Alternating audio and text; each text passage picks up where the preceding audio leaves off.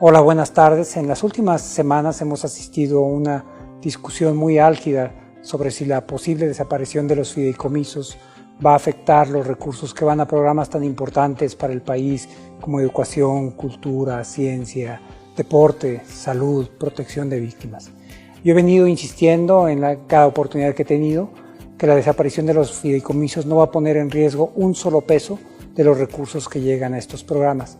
Sin embargo, estamos convencidos de que esta es una preocupación legítima y que por lo tanto requiere una explicación adecuada, y es parte de lo que voy a tratar de hacer en estos minutos. Permítanme empezar por señalar que cuando uno ve cómo se ejecuta el gasto, hay dos mecanismos básicos a través del cual el recurso público sale a los diversos programas.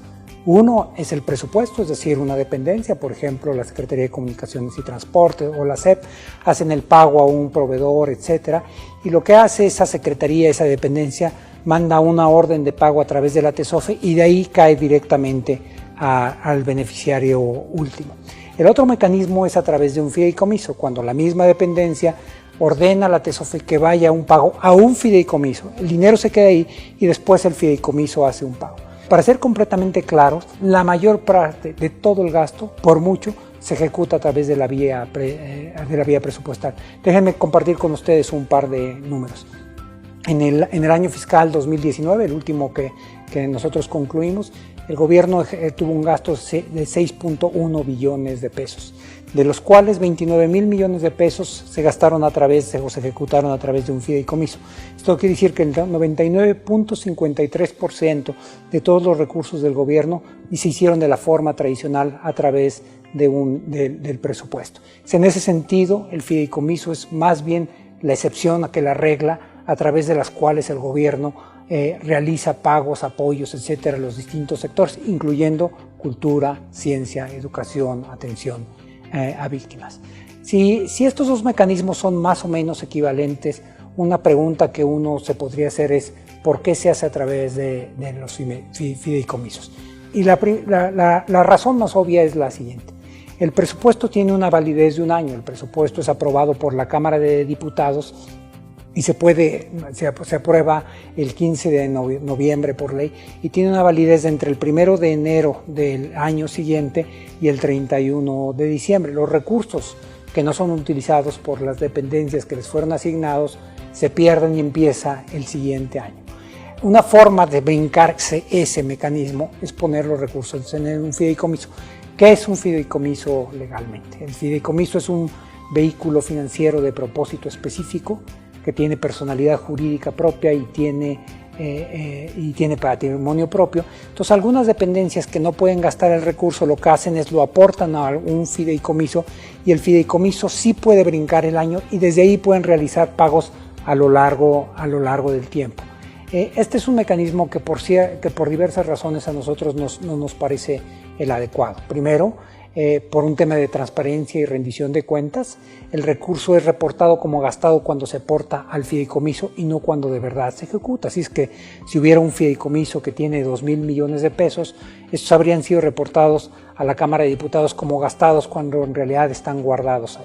Segundo, es un mecanismo que a veces esconde las ineficiencias de la dependencia ahí. La dependencia que lo está operando. Cuando no pueden gastar, pues una forma de hacerlo es guardar los recursos cuando no tuvieron la capacidad de gastarlos, guardarlos en un fideicomiso para un año siguiente. Pero además es una forma extraordinariamente ineficiente de operar el gasto. Por ejemplo, les puedo decir, hay un fideicomiso que detectamos hace algunas semanas, tiene alrededor de 1.200 millones de pesos, no ha tenido un solo movimiento desde el año 2013, de hecho los únicos movimientos que tiene son en los pagos a la fiduciaria, al banco que la opera, alrededor de 1.250.000 pesos por año. Así es que a veces esos recursos que se estacionan por ahí de manera temporal, en realidad se quedan mucho más tiempo del que fuera deseable, lo cual no es adecuado y menos en un momento de las necesidades como las que estamos pasando ahora, las necesidades de recursos que tienen que ir a salud, etc. Déjenme darles un ejemplo muy claro de por qué la utilización o la no utilización de un fideicomiso no va a tener ningún impacto en los beneficiarios finales. Cuando nosotros pensamos en algunos de los mexicanos más destacados que hay en nuestro país, tanto en ciencia cultura o como deporte, nosotros podemos desde el punto de vista presupuestal ver los apoyos que han recibido. Por ejemplo, en ciencias se dan apoyos a los investigadores más relevantes del país a través del Sistema Nacional de Investigadores, en cultura a través del FONCA, a los creadores y a los deportistas de alto rendimiento a través del FODEPAR. Déjenme explicar cómo se hace cada uno de estos. A los investigadores nacionales el CONACYT manda una orden de pago a través de la tesorería y la TESOFE hace un depósito directamente en la cuenta bancaria del investigador, es decir, esto opera exclusivamente a través de la tubería presupuestal. En el caso del FONCA, la Secretaría de Cultura tramita ante la propia TESOFE un pago, pero el pago no va a la cuenta final del creador, sino va a un fideicomiso, al fideicomiso del FONCA, y de ahí se hace el pago finalmente al creador. Y en el caso de deporte es muy similar. La CONADE hace una solicitud a la TESOFE, ese pago de la TESOFE va al FODEPAR y de ahí eventualmente en algún momento se hace un pago a los deportistas o los entrenadores. Si uno lo ve desde el punto de vista final, el depósito en la cuenta bancaria debería ser irrelevante de cuál fue el camino que siguió. Pero como pueden ver, el camino más corto es el que no para con un fideicomiso. Pero esto además presenta una ventaja adicional. Cuando se utiliza el camino más corto, el presupuestal, nosotros podemos desde la Secretaría de Hacienda garantizar que esa gente, en este caso un investigador nacional, recibió efectivamente sus recursos. Cuando se hace por el otro mecanismo no lo podemos hacer porque perdemos la visibilidad en el momento que los recursos caen en el fideicomiso.